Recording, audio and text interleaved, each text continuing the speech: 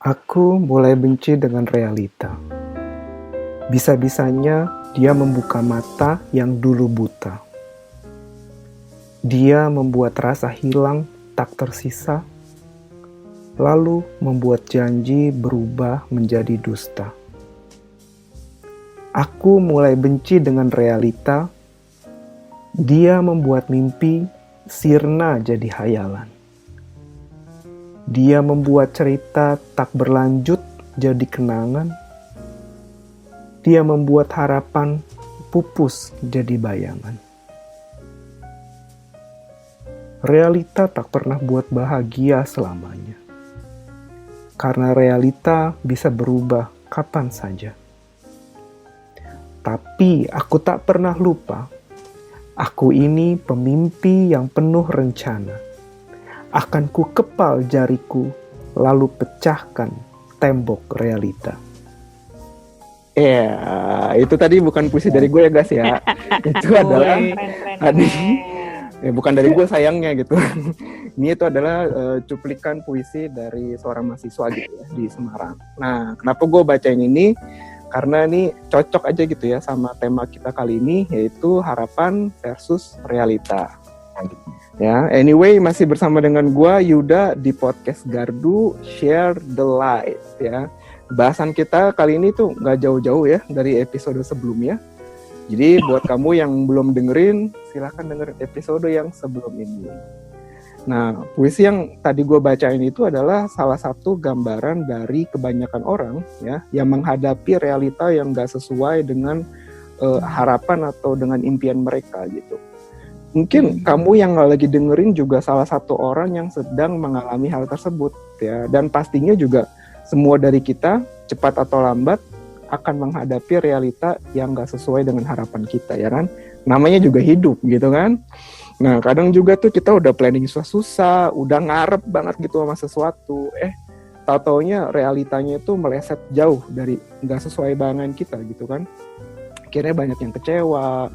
Bahkan banyak beberapa yang mengambil keputusan yang fatal gitu, seperti memakai obat-obatan terlarang, bahkan sampai mengakhiri hidup gitu kan, dan sebagainya gitu kan.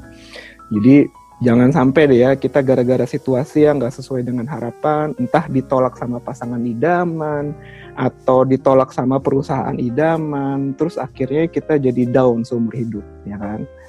Nah, kabar baiknya bro and sis, kamu semua yang dengerin, di episode kali ini kita kedatangan tamu yang sangat spesial. Karena gue udah lama banget juga udah gak pernah ketemu ya sama mereka gitu, dan gak ngobrol sama mereka. Dan mereka ini adalah tamu yang sudah banyak makan garam. Asik. Darah tinggi dong lo. Dan mereka, ya benar. Dan mereka bakal share pengalaman mereka di sini ya. Siapa aja mereka, langsung aja kita sapa. Selamat datang di Gardu, Ko Ali dan Kamawar. Yuhu. Halo. Ya, by the way, selamat tahun baru juga ya sekalian ya. Ini awal tahun nih kan. Nah, gimana kabarnya? Tahun baru. Yoi, gimana kabarnya di sana? Kita udah lama banget nggak bertatap muka, Ci. Baik banget, Yud. Iya, baik, udah ya. lama banget ya, Yud ya? Iya ya, gue juga lupa kapan terakhir tuh? Iya. Nggak tahu. Terakhir ya. Apa Gue sebelum nikah gua- 2006 kayaknya lu udah nggak ada ya, Yud? Nggak, gue berangkat tuh 2011. Berarti masih ketemu kita sebenarnya, cuman kayaknya Ko Ali Cuman udah menghilang dari peredaran kayaknya. nggak tahu ya. 2006 itu gue masih zamannya remaja gitu, teenage itu. Ya nggak tahu deh. Kita kesini itu 2011 ya. Ya, ke Kalimantan 2011. Oh berarti ya bareng bener 2011 awal gue juga kesini sih. Gue dari 2011 Januari ke Kalimantan. Oh iya benar, pantasan makanya kita udah Bareng. udah nggak ini lagi ya. Tapi anak-anak sehat ya, anak-anak iya. sehat ya. Sehat, Gitu. Siapa aja tuh ya namanya? Gue inget cuman Karis sama siapa, Cika. Tadi Cika Shalom. Shalom. Oh iya, yang ketiga Shalom. Umurnya berapa aja yang tuh? ketiga. Umurnya berapa aja tuh? Karis umurnya 2007 berarti 13 tahun. Kalau Cika umurnya 9 tahun. 9 tahun. Kalau Shalom umurnya nanti Februari 3 tahun. 3 tahun. 3 tahun. Iya ampun, 13 tahun tuh udah maksudnya ya ABG.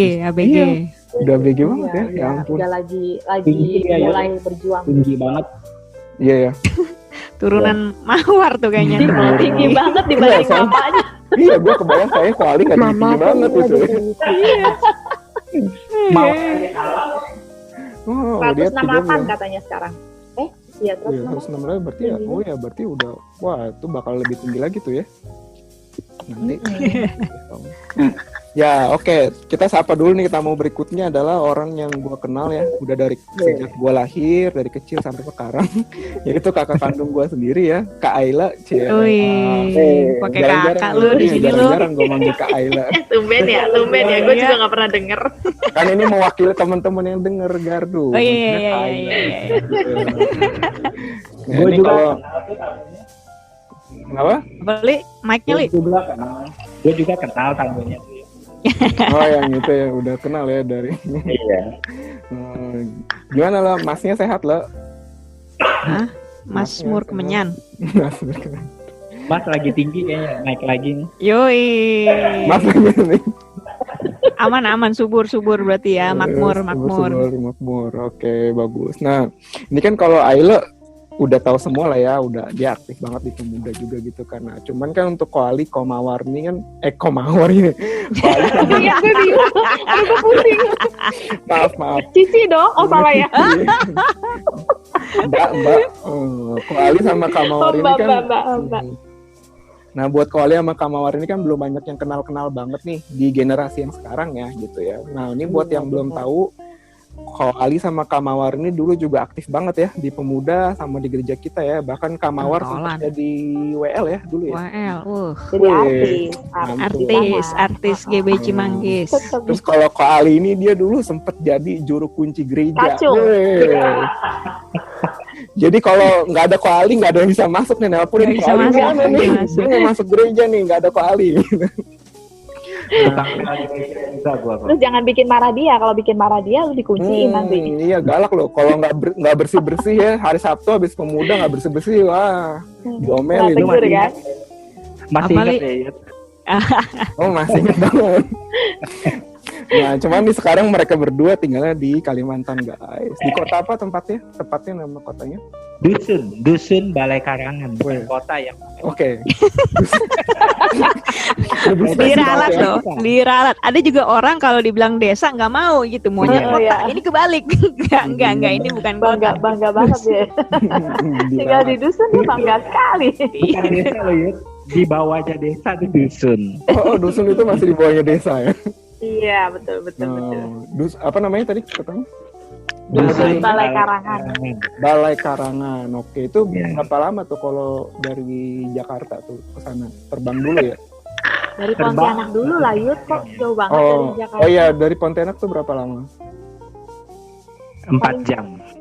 Itu naik apa? Itu naik Mobil. mobil ya, jalan. Pribadi. Itu Agak Itu, 4 jam ya. perlu dicatat lagi ya. Naik mobil ngebut ya. Iya, Nggak ada macet ya, nggak ada sekarang udah macet. Ngebut 4 jam. Oh, lu Iya, benar-benar. Iya, sampai mabok-mabok gua. Oh, iya. Itu ngebut loh ya. Itu berapa kilometer tuh ya? Berapa? Itu jalur cepat tuh. Iya. Kalau jalur yang biasa sih kayak bis-bis lewat itu ya sampai 8 jam dari Pontianaknya. Astaga. Kalau jalur Udah mana bis-bis kelok-kelok lewat. lagi. Iya. Jadi nggak heran tapi namanya sekarang dusun jalannya ya. udah lebih baik kok lo. Oh. Udah Syukurlah. bagusan lah. Tapi Nggak- ini lumayan jauh ya. jauh sekali. Kalau dari Jakarta ke Pontianaknya berapa lama maksudnya? Naik pesawat kan? 1,5 jam. Ya, ya itunya mah sebenarnya nggak masalah ya terbang ke Pontianaknya mah oke. Dari Pontianak ke itunya. Wah. Dusun. Ya, oh ya dusun, oh ya benar-benar dusun. Kiralat. Diralat terus dia nggak terima disebut kota Iya. ya. Di ujung Indonesia aja sekalian bilangnya. Dekat perbatasan. Iya benar, sampingnya perbatasan. ke Malaysia. Mm-mm. Jadi ujungnya Indonesia di tempatnya kami nih. Hmm. Oh perbatasan, dekat perbatasan ya. Heeh. Ya. Indonesia Malaysia. Itu mantep tuh guys. Jadi buat yang mau cepet dari Indonesia ke Malaysia, main ke tempatnya Koali sama Kamawar. Iya. Mantap. Iya. Nah ini by the way kalian ngapain sih di Kalimantan nih? Gue juga nggak tahu-tahu banget sih. Gue taunya pelayanan, cuman tempatnya ngapain gitu bisa mau diceritain nggak dikit? Kami di dunia pendidikan, Yud, Hmm. ngajar kami. Oh ngajar di sekolahan gitu. Sekolah, ya. Oke, apa mata pelajarannya atau apa jadi? Capseknya itu capsek. Oh astaga, gue ngomong sama Iya, gua Capsek, anak gue nggak buahnya. tahu. Pak Gue- James Ali. Gue anak buahnya. capsek. Astaga, gue nggak tahu. Wah, dari gereja kita banyak pengajar ya rupanya ya, mantap ya. Keren ya. Iya keren. Ini tapi sekolahnya sekolah Kristen apa sekolah umum? Sekolah Kristen. Oke. Tapi buka untuk umum juga sih. Maksudnya Ya. orang Muslim juga boleh masuk. Terus tapi Yang kuali. penting peraturannya. Oh iya benar, peraturan sekolah secara umum gitu ya. Iya. Tapi callingnya juga sendiri ngajar. Iya, selain capsek, gue juga ngajar. Ngajar Kelas 6 ngajar MM gue. apa tuh? Apa tuh? Matematika. Matematika. Wih. MM ya disebutnya. Oh ya, matematika ada 2 M soalnya. Iya. Enggak nih ada Kalau dulu ada tiga matematika. Pusing banget ya MM. Gue dulu kenalnya mate. Iya ya. Mate. MTK. MTK atau MTK. Oh MTK, oh benar. Kita dulu MTK namanya ya. Kalau Kamawar apa bantu-bantu ya, bantu-bantu. Iya, gue Ngajar anak apa? buahnya. Guru apa lu mau? Wali kelas 6 guru. Sekarang kan tematik ya, bukan per mata pelajaran aja. Iya. Sekarang kan Oh, berapa mata pelajaran dijadikan satu. Nah, itu yang pegang wali kelasnya. Nah, kebetulan gue wali kelas 6 Wih. setelah sekian Oh. lama. Mantap banget ya, asik ya. Dengar cerita kalian. Nah, cuman dari kalian kan dulu di Cimanggis yang tadi gue udah bilang ya. Nah, itu gimana ceritanya kok bisa nyasar jauh Kalimantan tuh gimana? Oh, ceritanya mungkin diceritain secara singkat atau gimana? Buat teman-teman yang nggak tahu nih. Gue ini ya, gue ya. Ya, siapa Gua aja lah. Jadi Gue mau gamsit jauhan sama dia. Jadi setelah dari Cimanggis ya, dari Cilacap, terus kami balik ke Cimanggis sekitar 1 tahunan lah ya. Lalu gue ngomong sama Pak Gem, ya kan, Om saya, Om, kayaknya saya mau ke Kalimantan. Om saya tuh dukung banget. Oh iya udah bagus. Waktu gue ke Cilacap juga waktu itu dia dukung banget. Jadi Lu memang waktu itu ngapain? Sorry. Di Cilacap lu ngapain, Li? di pengerja juga, sah penggembalaan di sana. Oh, iya. Tapi iya. masih Itu jadi dalam rangka gereja ya, masih dalam rangka. abis kuliah Iya. tapi ya. Abis kuliah. Abis merit langsung. Oh. Merit langsung, ya benar. Jadi Om saya tuh marah-marah, udah gue berkatin lo, besok langsung kebun lo. Gue masih ingat banget. Jadi setelah gue ngomong sama Om saya, gue mau ke Kalimantan, dia bilang bagus banget. Lalu gue kontak dengan yang punya yayasan ini atau rektor gue di STT Taumangu. Oh. Jadi gue terbang ke Solo tuh sama Mawar, sama Karis waktu itu. Udah Lalu, gue bilang, Om ada kerinduan untuk pelayanan di Kalimantan. Oh bagus banget, dia bilang. Dia lihat titel gue apa gini-gini dan seterusnya.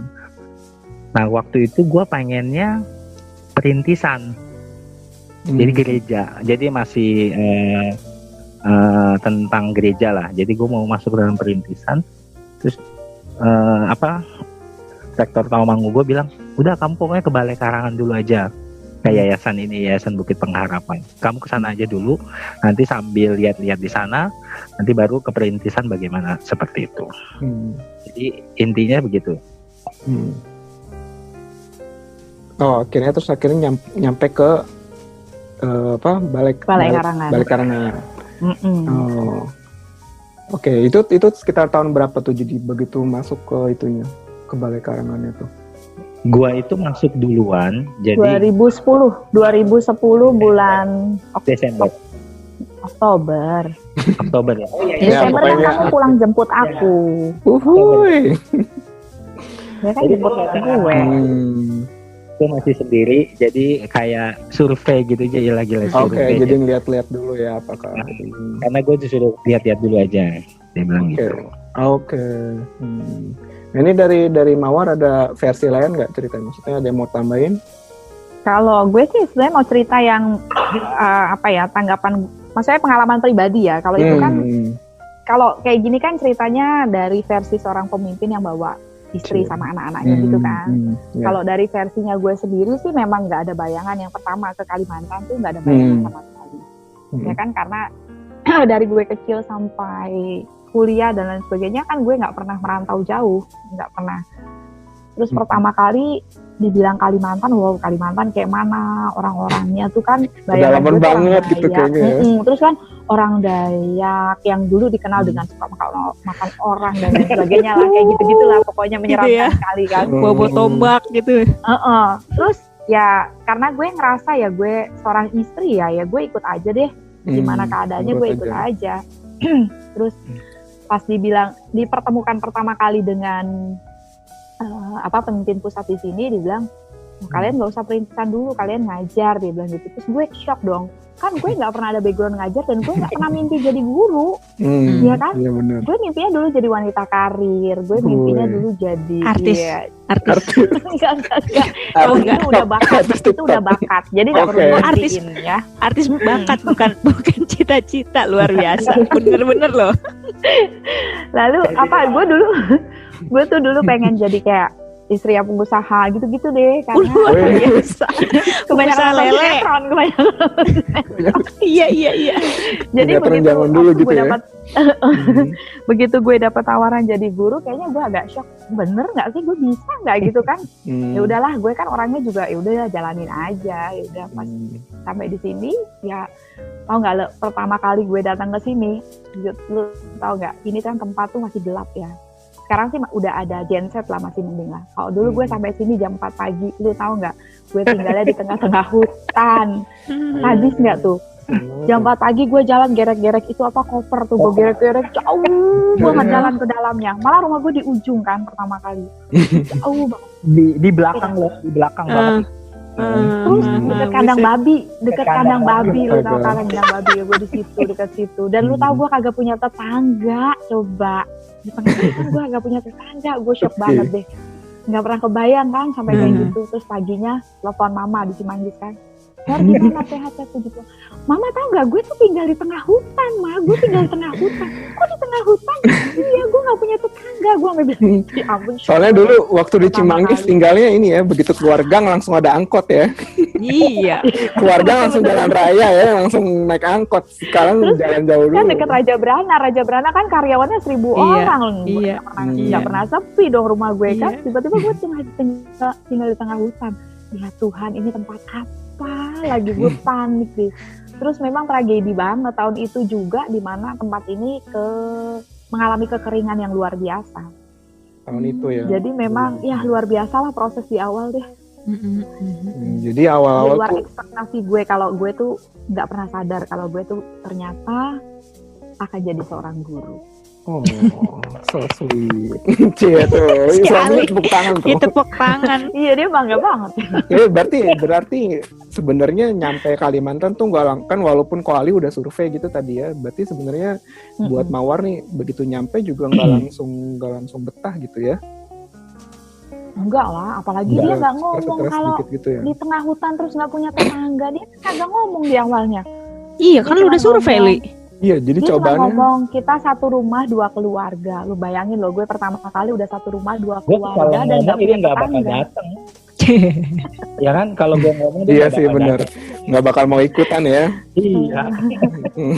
Maunya tinggal di Cimanggis aja terus gitu ya. Iya. Ya jadi sebenarnya kalau buat Koali mungkin udah bayangan ya pengen Kalimantan, cuman buat Mawarnya nih sebenarnya waktu itu karena gue pikir ya, karena Koali itu kan memang sudah dia memang sudah bukan ditakdirkan ya, memang sudah jiwanya jiwa menjadi pelayanan hamba ya. Tuhan. Karena kan dia juga ambil keputusan untuk sekolah Alkitab. Sementara gue kan sekolah Alkitab aja gue kagak mau kan, gue cuma ikut pelayanan ya gitu-gitu, kayak gue tuh perjalanan hidup gue tuh cuman jadi dari remaja gitu-gitu aja, maksudnya nggak pernah mimpi. Nggak ada yang ngedalemin ya. Kayak gitu. Yeah. Paling gue ikut som kan paling gitu. Kalau Koali kan memang kayak udah niatan hati. Bener. Jadi buat gue sih ini memang di luar dari bayangan gue banget, gue tinggal di Kalimantan.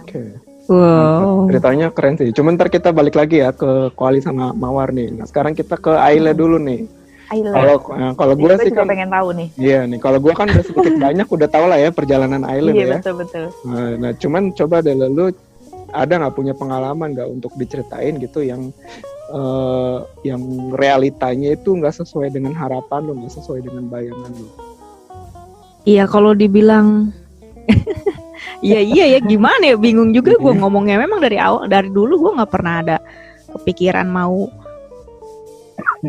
Wah bingung gue, bener-bener gue bingung ini ngomongnya. Iya gimana ya, gue dulu kan memang sekolah kuliah itu ya kepikirannya gue mau jadi mau punya mau punya biro, punya klinik gitu, nolong orang dengan cara praktek sendiri gitu, bikin klinik sendiri, bikin biro sendiri gitu.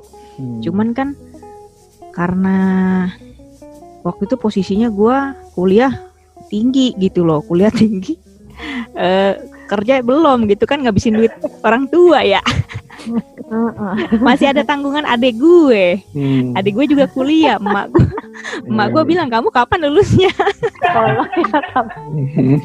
Emak gue nggak marah sih, cuman udah sounding gitu kan, gue udah nggak enak karena di situ gue pikir udahlah, ini tuh bentar lagi gue udah mau lulus, memang itu gue udah mau sidang tesis. Jadi waktu itu gue mikir, apapun pekerjaan yang tiba-tiba melesat ada di depan gue ambil datang. Gitu. Yang penting duit gue ada dulu, gue pikir gitu. Kerja apa aja jadi ya? Iya, kerja apa juga. Yang penting walaupun tuh nggak sesuai sama keinginan hati gue pikir gitu. Gue pikir ideal nanti dulu lah, idealisme nanti dulu gitu. Jadi ya udah, tahu-tahu gue nggak tahu gimana ada forum di Facebook, ada forum alumni. Intinya gitulah, forum alumni. Itu gue belum sidang posisinya, jadi intinya dapat ada kerjaan butuh konselor di sekolah gitu, konselor semacam guru BP. Ya udahlah, gue pikir gue sama sekali nggak mau ke dunia pendidikan sama sekali dari dulu. Sama nih. Iya, nggak ada kepikiran gue pokoknya dunia pendidikan buat gue no way gitu, mendingan gue ke kantor gitu. Nggak tahu kenapa, gue juga lupa pikiran kenapa nggak mau ke dunia pendidikan. Ya, intinya gue di situ gue pikir ya udahlah 1 tahun dulu, yang penting nyokap gue tenang gitu, adik gue bisa sekolah dengan tenang juga. Makasih kakak. Pengorbananmu sungguh luar biasa kakak. Ya, gue pikir kan udah 1 tahun aja lah. Seorang kakak ya. Yoi.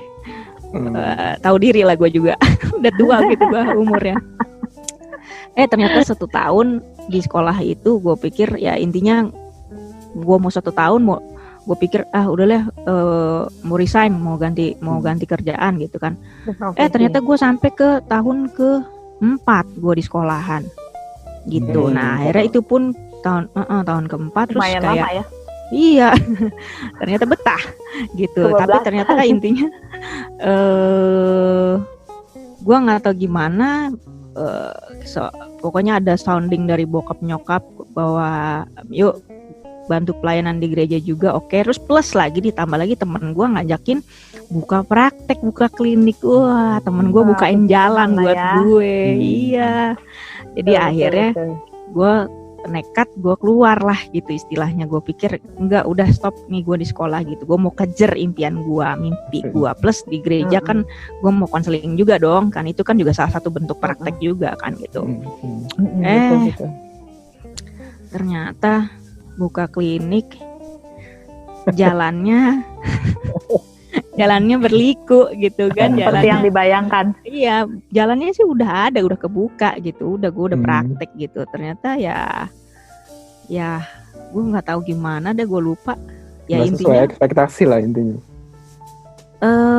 Ya banyak ininya, banyak kerikil-kerikilnya gitulah gitu. Dan kayaknya waktu itu gue mau berjuang kok kayaknya berat ya gitu. Jadi akhirnya gue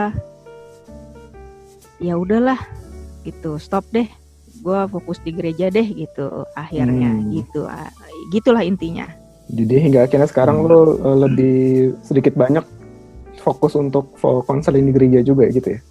Iya, bantuin manajemen di gereja lah intinya gitu.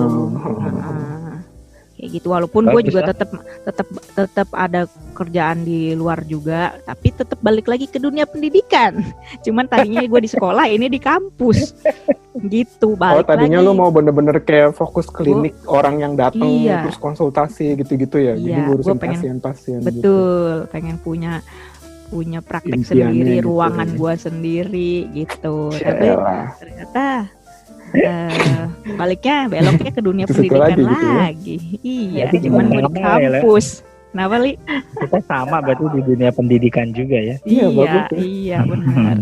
Nah, cuman berarti lu udah menikmati posisi lu sekarang, atau lu masih dalam hati kecil lu masih pengen buka praktek, atau lu sudah cukup bersyukur dan lu melihat bahwa kayaknya lebih baik gue di sini sih dibanding gue dulu di praktek. Bagaimana lu melihat situasi lu sekarang? Gue nggak tahu ya dibilang lebih baik di mana ya. Gue nggak tahu. Cuman tapi gue lihat, gue bisa lihat ketika akhirnya gue memutuskan, oke, gue balik lagi gue ke Cimanggis gitu. Pokoknya tadinya kan gue nggak mau ke Cimanggis kan, gue nggak mau. Apaan ini Cimanggis? Suaminya di Tangerang, suaminya di Tangerang. Gitu kan, iya. Pokoknya gue mau Jakarta, Tangerang gitu kan. Karena gue lihat peluang besar banyak di kota besar pasti, bener kali. Gitu kan. Tapi kenapa kok kayak No, maksudnya kan kelihatannya kan gitu, kelihatan mata orang. Ya, mata manusia kan lihatnya gitu kan. Dan kebetulan waktu itu klinik gue waktu itu daerah Cibubur, lu bayangin Cibubur deket jalan tol gitu kan, udah termasuk Jakarta Timur gitu kan, gitu. Jadi gue pikir wah ini bagus banget, plus lagi samping gue dokter anak, di bawah gue apotik, jadi bener-bener itu udah satu kesinambungan, lu bayangin itu gimana nggak jalan banget, ideal banget itu lokasinya. Cuman terus ya nggak tahu lah caranya Tuhan aja lah, dibelokin bener-bener belok sehingga sampai tiap kali gue pulang ke Cimanggis, tiap kali. Jadi gue kan misalnya gue lupa deh gimana ceritanya, pokoknya tiap kali gue harus pulang ke Cimanggis, di jalan itu gue selalu ngeliatin jalan tuh ya, lu bayangin dari keluar dari apa sih namanya tuh, dari tol itu apa namanya tuh, daerah Pekapuran situ kan udah mulai pohon-pohon tuh, daerah rumah lu daerah nyokap lu tuh kan pohon-pohon semua rindang-rindang tuh, sentra medika tuh itu kan bayang tuh, udah gue udah selalu nangis, aduh Tuhan kenapa Cimanggis, kok Cimanggis Tuhan, kenapa Cimanggis gitu. Apa sih lu mau apa sih, gue di Cimanggis gue mau apa, Tuhan mau apa gue di Cimanggis. Selalu tiap kali gue pulang kan, gue kan waktu itu kalau nggak salah gue masih sempet kos juga deh, jadi karena gue banyak kerjaan juga di Jakarta, jadi gue kos masih. Tiap kali weekend gue pulang ke Cimanggis, tiap kali juga gue pasti nangis gitu loh, sambil nyetir sambil itu gitu kan, maksudnya nangis bener-bener meratapi ini serius gue bakal balik gitu. Berarti kalau gue kapan gue ke Cimanggis, kapan gue ke Cimanggis. Dia di dusun soalnya loh, Cimanggis masih kota. Pengen pulang kampung ya, udah kangen ya. Tapi sekarang udah ada tetangga kan di sana ya, Kak Mawar ya, udah ada tetangga. Rame. Sekarang rame banget. Terus gue paling depan rumahnya sekarang. Yang jaga kunci. Yang pegang kunci. Jadi satpam.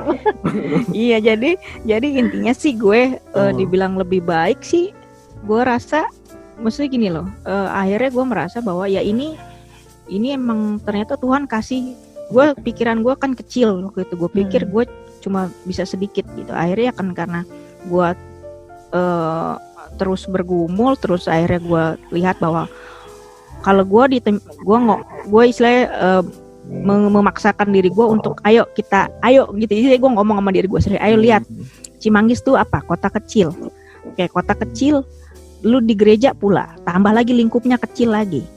Apa yang lu bisa lakukan di situ, di lingkup kecil itu lu bisa. Di tempat yang kecil. Iya, lu bikin dulu di tempat kecil gitu. Jadi kayak gue ngomong dulu sama diri gue sendiri, lu bikin dulu tempat kecil, gitu.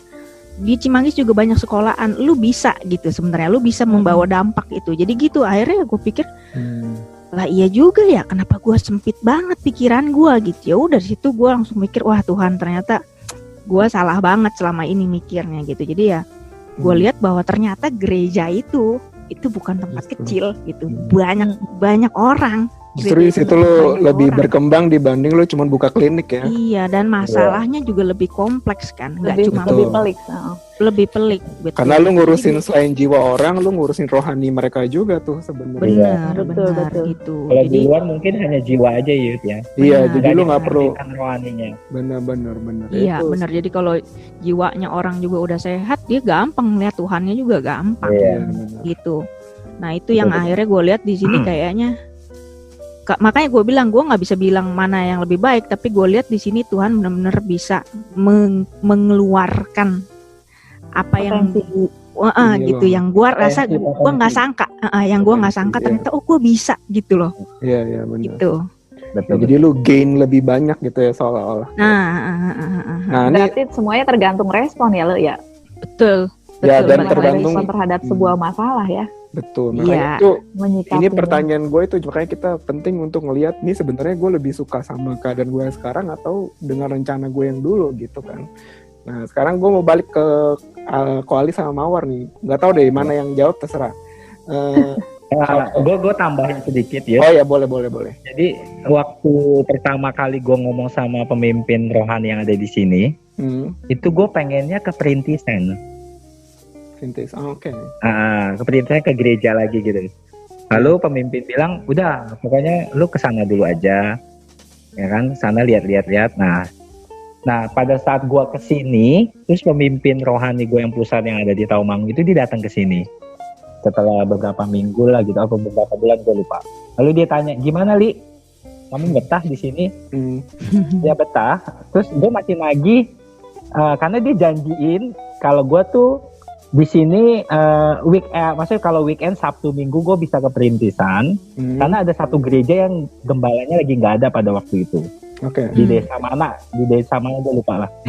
Nah lalu hari kerja lu bisa ngajar, dia bilang gitu. Oh iya, terus gue tagih, Om gimana Om ya gitu,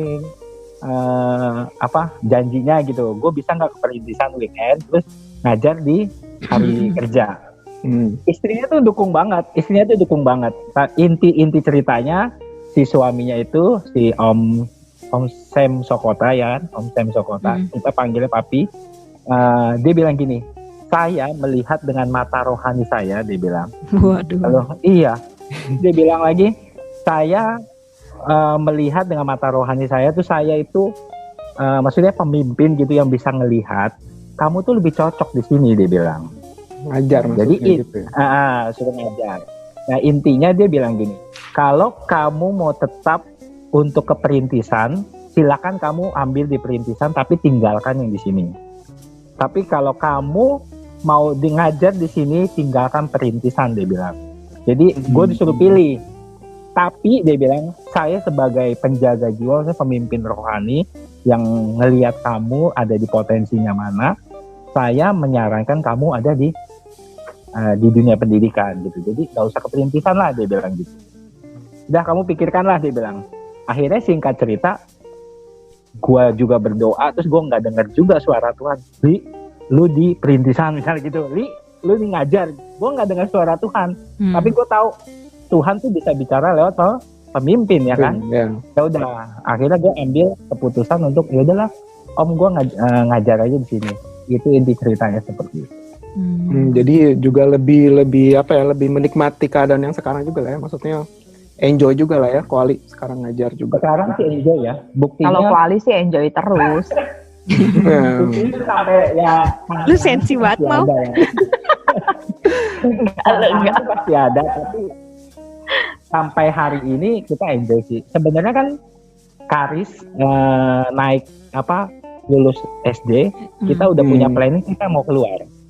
Tapi ya kita sambil berdoa, kayaknya maksudnya nggak ada gerakan ke sana gitu, ya udah kita lanjut aja. Gitu. Jadi sampai sekarang sih enjoy buat kami ya. Sama kan ya Kang ya. Ini Mawar mukanya udah mau ngomong nih dari tadi, kayaknya mukanya udah. Mukanya kayaknya udah nunjukin mau ngomong apa nih. Bukan. Maksudnya karena tiap orang kan meresponi sesuatu juga memang berbeda kan. Iya sih, gue sih ngejalannya dengan enjoy. Karena gue ngerasa sendiri bahwa yang tadi gue bilang kan, gue sendiri nggak tahu kalau ternyata bahwa sama seperti Aile sama persis. Jadi gue tuh nggak pernah tahu kalau ternyata gue punya potensi ke sana. Itu yang pertama. Kan gue nggak pernah sadar kalau gue tuh punya jiwa seorang guru gitu kan. Terus satu hal yang buat gue kaget, gue tinggal di sini berapa tahun ya, 2 atau 3 tahun, gue dipercaya jadi kepala asrama putri sampai sekarang.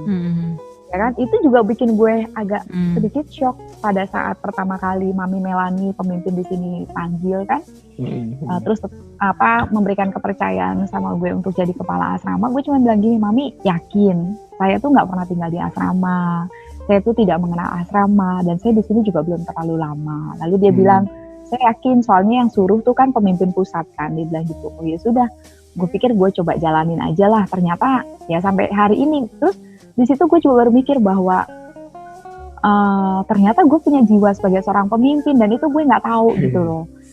Karena gue taunya tuh gue cuman anak buah, gue cuman ngikut-ngikut gitu kan. Gue kan orangnya nggak neko-neko, misalnya kesana iya ngikut, buktinya laki gue mau kemana gue ikut aja gitu kan, walaupun sebenarnya dari hati, dari dasar kan sebenarnya nggak terlalu senang gitu kan.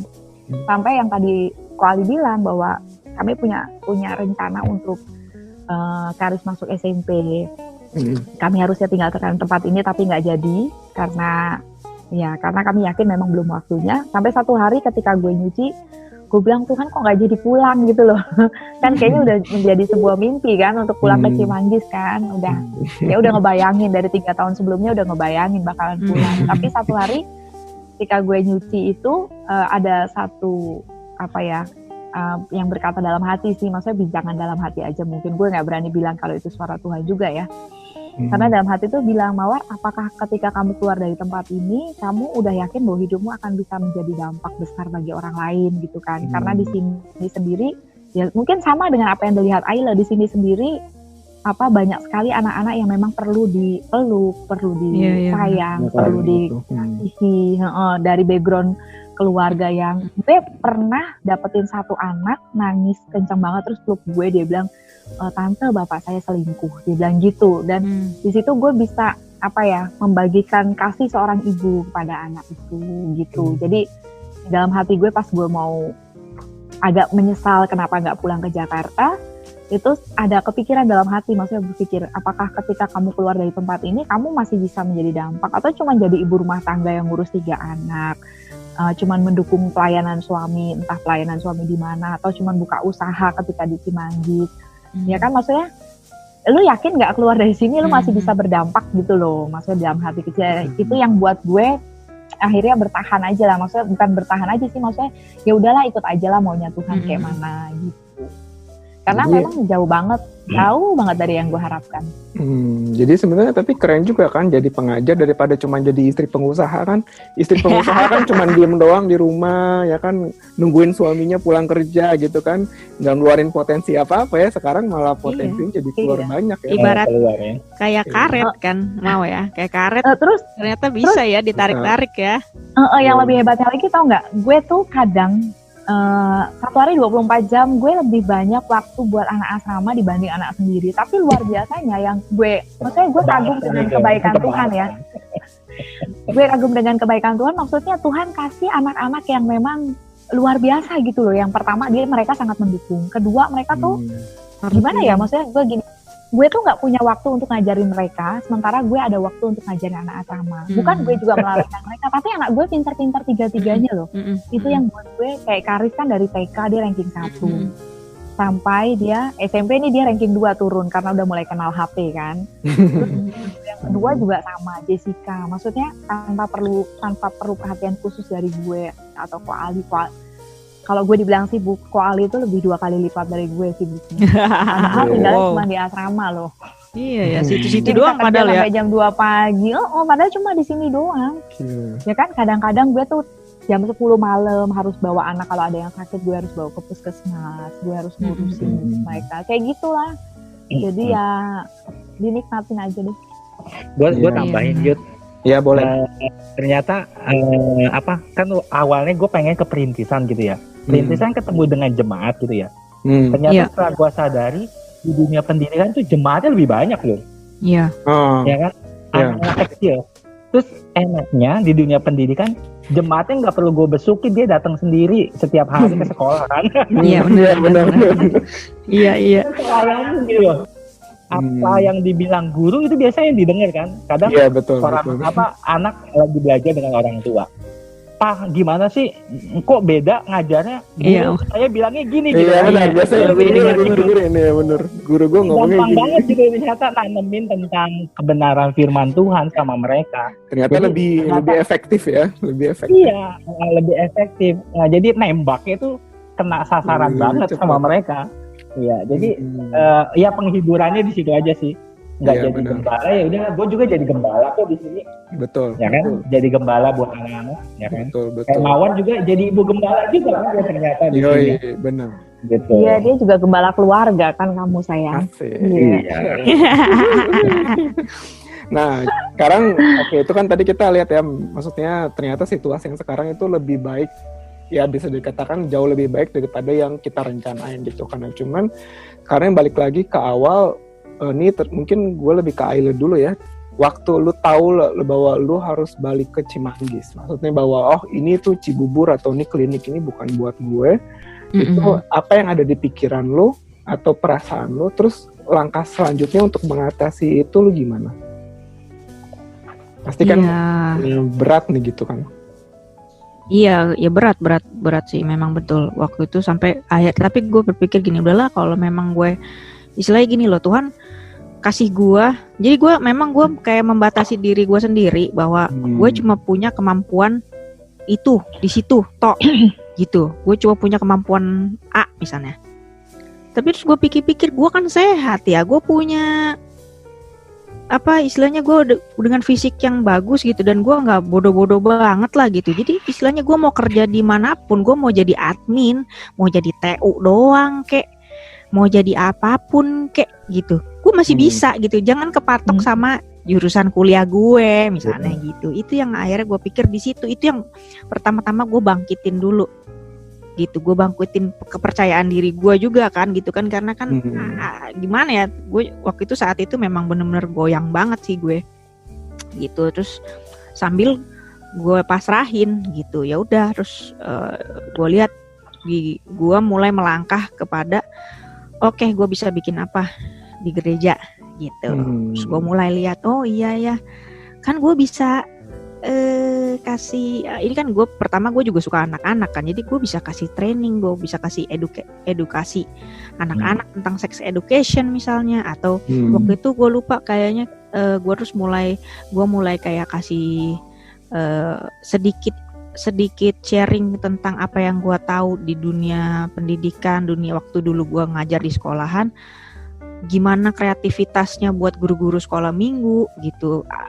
Jadi guru-guru sekolah minggu tahu perkembangan usia anak-anak tuh apa gitu. Jadi anak umur 8 tahun tuh lagi apa perkembangannya, lagi gimana, secara psikologis gimana. Nah itu gue kasih tahu ke mereka, gue bagiin ke mereka gitu. Jadi per segmen usia tuh gue kasih tahu. Jadi gitu sebenarnya gue bilang ya sebenarnya banyak juga ya bisa gue kasih gitu ya, gitu. Jadi gue kayak kepatok doang, cuma kepatok ya, mungkin itu idealisme seorang mahasiswa kali ya dulu ya. Jadi memang pasti down lah gitu ya. Cuman yang lo lakukan adalah lo mencoba bilangnya stay positif gitu ya, supaya lo juga nggak down terus. Iya betul, itu dia ya. Sambil gue ya memang kan ya itu bener-bener abis gue gue nangis sih, gue bener-bener sedih nangis gitu, berkaca-kaca lah gitu tiap kali lewatin sentra medika. I feel you. Terus ya akhirnya gue lihat kayak itu tadi gue bilang, kayak karet gue ternyata loh, yang tadinya gue tahu karet cuma segini kan, karet kan kelihatannya cuma segini ya, karet sayur tuh di tukang sayur tuh. Nah, kalau ditarik ternyata dia bisa renggang gede banget gitu. Itu yang gue nggak tahu, bahwa ternyata Tuhan bisa lakukan itu sama di dalam diri gue gitu. Yang tadinya gue bayangin gue cuma duduk doang di balik meja nanya, iya masalah ibu apa, anaknya ibu kenapa, ternyata gue bisa kasih tahu ke guru sekolah minggu, iya gue bisa ini gitu. Tapi memang permasalahan utama gue di gereja sih waktu itu bapak gue sendiri. ternyata susah Bo. Ini apa namanya, walaupun ternyata tantangannya di babe ya. Iya ternyata tantangannya itu akhirnya di situ gue merasa bahwa yang susah adalah tunduk karena gue tahu dia bapak gue pikir gue bakalan gampang. Oh ternyata susah. Nah di situ tuh gue belajar lagi. Ternyata gue yang susah untuk ngerti gimana ya. Gue pikir bakalan gampang ya kan, sedarah gitu kan ya. Susah ternyata guanya yang maksudnya gue harus belajar ya nunduk. Mungkin kalau di rumah gue bisa diskusi, bisa gontok-gontokan adu argumen ya, karena beda kan ya. Ternyata di gereja beda lagi, nggak bisa gue begitu. Nah itu belajar tunduk, belajar taat, belajar bilang iya tanpa walaupun hati nggak setuju, nggak sesuai ya, nggak sesuai. Ya, nah, tapi itu pembelajaran utama tuh 2 tahunan lebih lah gitu. Akhirnya gue bisa ngerti, oh begini. Gitu di gereja beda lagi gitu. Gue ngerti kok bapak lu. Gue udah bertahun-tahun tuh. Udah ini ya. Oke, nah sekarang untuk mempersingkat waktu nih ya, karena kayaknya obrolan kita seru banget. Gue lanjut ke poin berikutnya ya. Oh ya.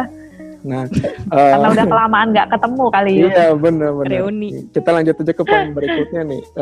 Iya. Kadang-kadang kan kita sering dengar tuh ya waktu kita masih muda gitu lah ya, atau teman-teman yang dengerin juga pasti banyak kan yang masih muda yang sering dengar kalimat yang bilang bercita-citalah setinggi langit atau bermimpilah yang besar gitu kan. Nah, cuman kan tadi kayak lu orang udah pada cerita ya, kadang-kadang tuh realitanya itu nggak sesuai dengan 100% sesuai dengan yang kita mau. Nah, supaya kita juga nggak down banget, sejauh apa sih kita boleh menaruh ekspektasi kita sama harapan kita itu?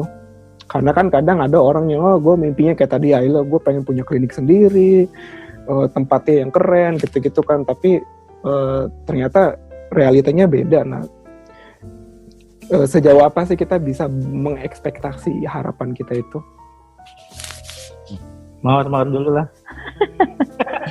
Mungkin singkat aja. Jadi yang susah-susah kasih ke gue ya. Kalau menurut gue sih bermimpi tinggi itu perlu banget ya. Karena kalau lu nggak punya mimpi sesuatu, gue pikir jalannya lu akan males-malesan. Betul. Ya kan? Iya. Ya udahlah, gue ngalir gitu loh. Kalau gue bilang di sini sama anak-anak, hidup tuh sebenarnya nggak boleh mengalir. Yang mengalir mengikuti aliran itu cuma kotoran aja. Jadi kita tuh harus punya tujuan, harus punya rencana gitu. Tapi lebih dari semua yang kita rencanakan, ya lu harus kenal siapa Tuhan lu gitu aja. Itu yang buat gue bertahan sampai sekarang sih, karena gue kenal siapa Tuhan gue, dia gembala yang baik, nah, dia yang nuntun langkah gue kayak gitu. Tapi kalau setiap orang harus punya yang disebut dengan mimpi, karena kalau nggak punya mimpi itu yang buat orang jadi miskin, itu yang buat orang nggak maju dan lain sebagainya. Nggak ada arahnya ya. Betul. Mungkin dari yang lain ada masukan, Koali atau Ailo? Ya, gue setuju sih dengan Mawar. Tapi kalau gue ngejalaninnya, semua harapan gue serahin aja sih sama Tuhan. Kan di Filipi 4 ayat 6 bilang gini, janganlah hendaknya kamu khawatir ya tentang apapun juga, tapi serahkan nyatakanlah itu ya di dalam doa. Nah, jadi ya kita ngomong aja sih sama Tuhan, gue mau gini. Ya nanti ya terserah Tuhan jawab apa enggak. Kalau enggak ya ngikutin aja yang ada lah, seperti itu. Betul. Lu ada tanggapan lo? Ya intinya ya boleh, iya benar, bercita-cita setinggi langit boleh, tapi yang penting jangan lupain untuk ingat Tuhannya gitu, untuk menyertakan Tuhan di dalam cita-cita. Jadi lu mau, istilahnya lu tahu ketika lu lagi jenuh, lu mau menyerah, lu ingat bahwa ini lu lagi Tuhan yang bawa ya. Iya, Tuhan yang bawa. Lu ini disertai sama Tuhan loh gitu. Jadi kita tahu istilahnya kita lagi belok-belok, kita lagi nyasar istilahnya di tengah jalan, kita tahu gue harus balik lagi kan, gue tujuannya mau ke Bogor nih misalnya gitu, seolah-olah gitu kan. Kayak gitu. Jadi kita tahu bahwa di situ kita tuh mau ke situ, arahnya mau ke situ. Jadi kita akan balik lagi gitu.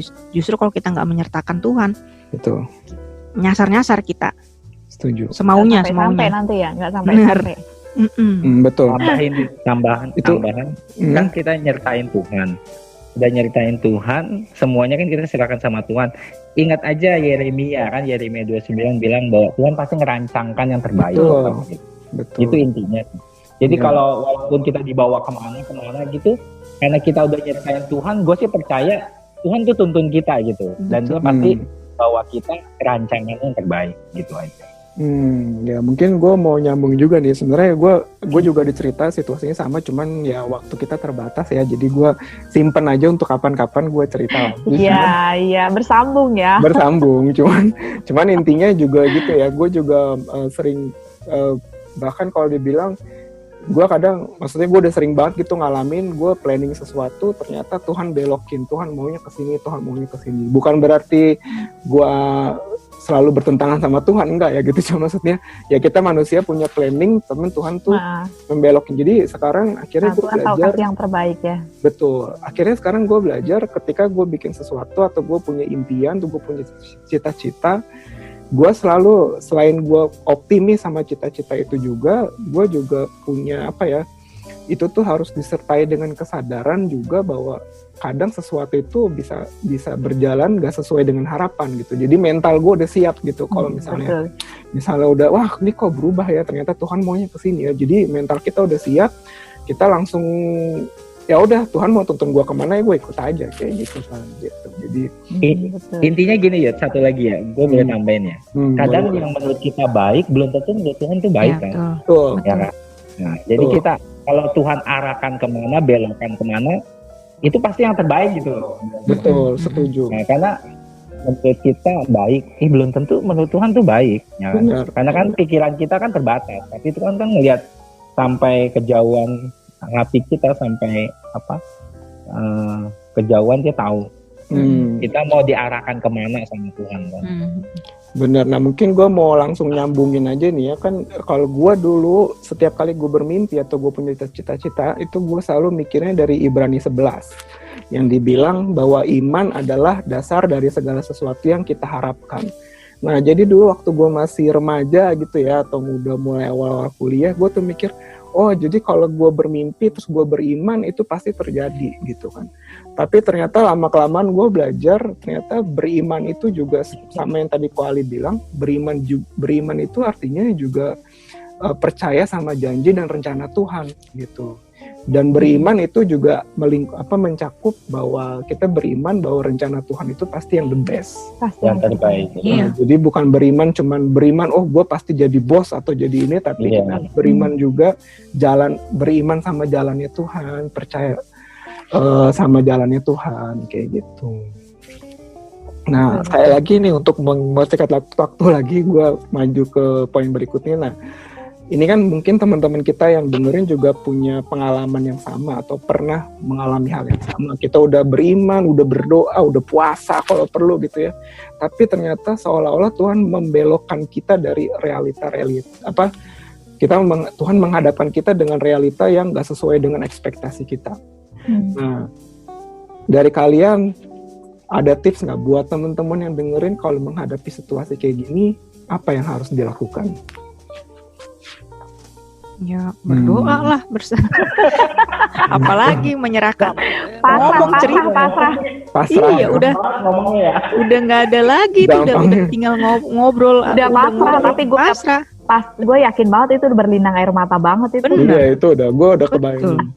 Makanya pantasan karena kami udah ngelewatin. Iya. Jadi kalau untuk kita yang mungkin udah pernah ngalamin kan kita terus belajar tuh Yud. Ya Le ya. Ya, kita akan belajar terus.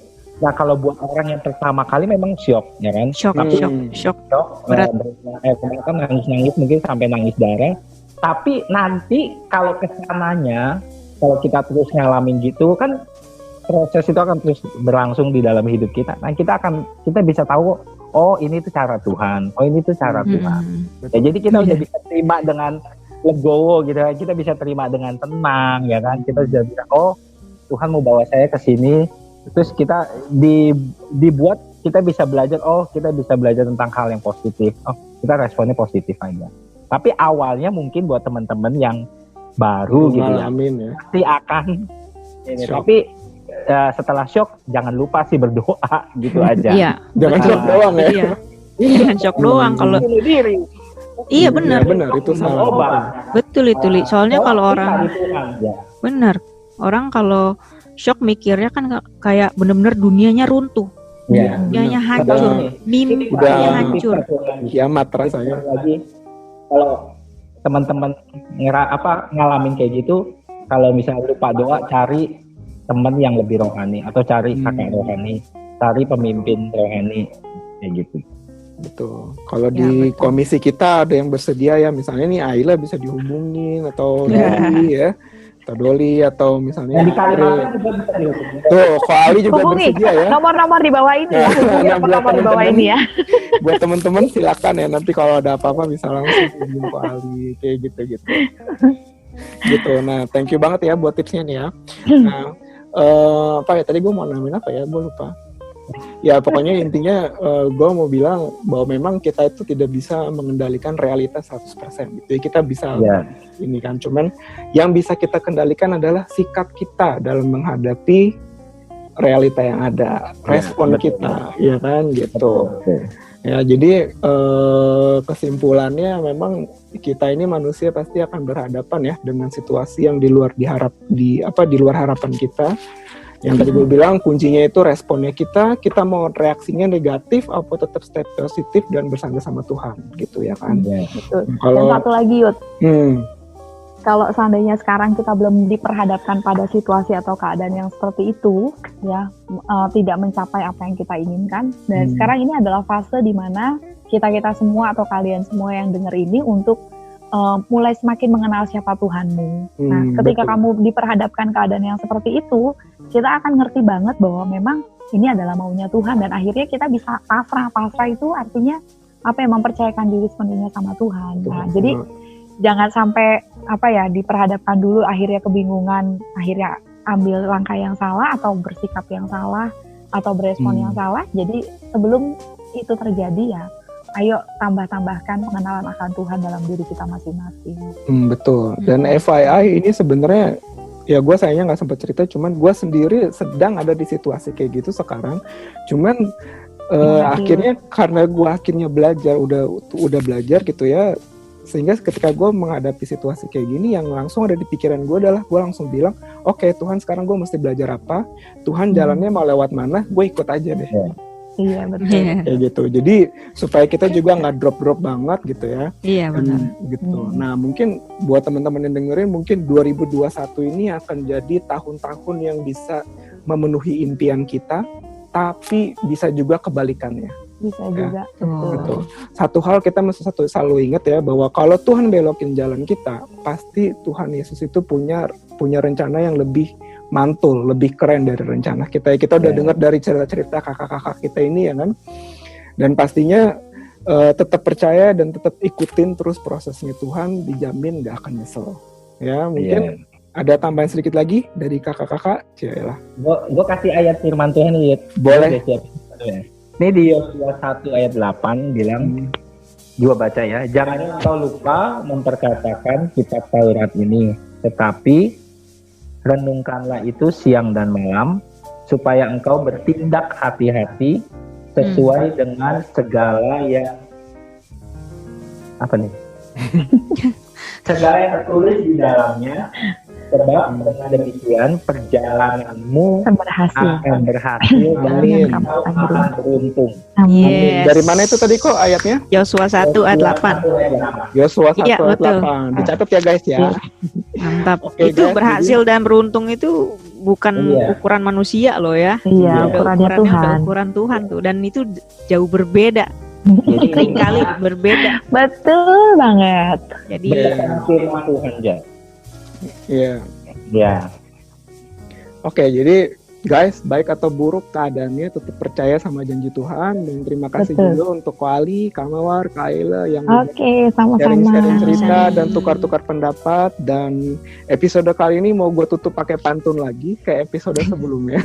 kirain pakai puisi lagi. Oh, enggak, kalau puisi kepanjangan, pantun aja yang pendek. Oke, pantunnya begini bilangnya. Jika harap belum. Baru gue udah siapin kata cakepnya, lu udah duluan. Jika harapan tidak sesuai realita, semua impian hanyalah cerita. Tapi rancangan Tuhan itu sempurna, percaya saja kepada semua jalannya. Ini Amen, brother. Amen. Itu baru mantul. Oh, mantul. Oke, thank you buat semua yang dengerin. Tuhan Yesus memberkati. Thank you juga.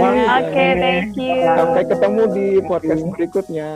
Oke, bye, God bless. Bye. Bye. God bless.